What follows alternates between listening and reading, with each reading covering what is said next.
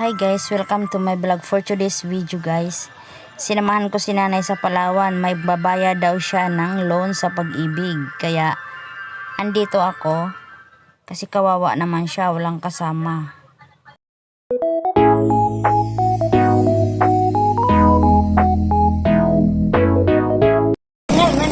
Dali na, bilisan mo. Ayan na guys. Oh, kasama ko si nanay. Ano pangalan mo nanay? Anita. Kasama ko si nanay Anita at sinamahan ko siya sa Palawan. Hindi na naka-alam. Kaya ano siya guys, nahirapan daw siyang tumawid na siya lang mag-isa. Kaya tawid tayo. Nakabaitan mo, nakangating. Tawid kami guys.